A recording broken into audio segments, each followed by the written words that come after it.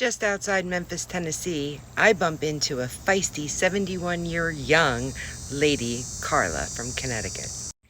Now, when I rolled up, she was checking tire pressure on an RV. I got gas, went inside to use the restroom, and that's when her and I crossed paths.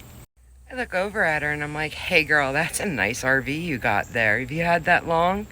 She looks at me, she says, "No, about 2 years." I said, "It's really nice." She turns around and she goes, "You're the girl who rolled up on that motorcycle, aren't you?" And I said, yeah, I am." She goes, "You traveling solo?" And I said, "Yeah, as a matter of fact, I am." "You?" And she goes, "Yeah." And I was like, "Damn, girl." So I asked her, "Have you been into RVing for a long time?" She's like, "Honestly, not really." She goes, "My husband passed away 5 years ago." She goes, "And we used to go in my daughter and her husband's RV all the time until I bought it from them." I was like, "What?" She said, "Yeah, after my daughter had her third child, they really stopped RVing.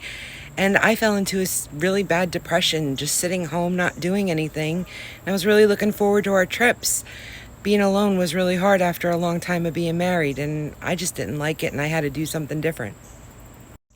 So in the middle of Easter dinner, I spring to my kids, like, "Why are we no longer taking the RV out?" And they said they just don't have the time to do it. My son-in-law told me that he's thinking about selling it. And I looked at him and I said I'd buy it off him, to which my daughter immediately said, "Heck no." She said my son-in-law sat back and said, "I think it's a great idea, and I'm going to teach you how to drive it." They spent the next 3 weeks in empty parking lots, out on the road.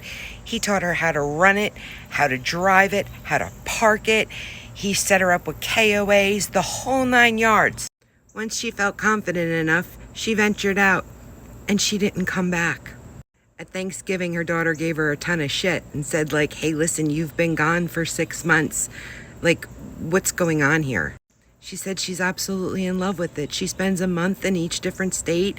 She's made a ton of friends, Facebook groups. She's loving life.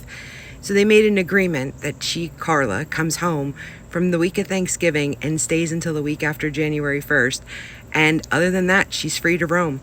This past summer, she came out from Wyoming and her family flew out and met her there. It worked out great.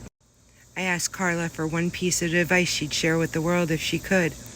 And she said she regrets the time she spent being sad and depressed.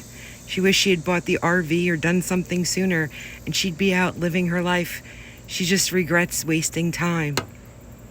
When I left Carla, she had 2 more months before she had to head home for Thanksgiving break. I wished her the best and many happy memories and to ride safe. Take the long way home.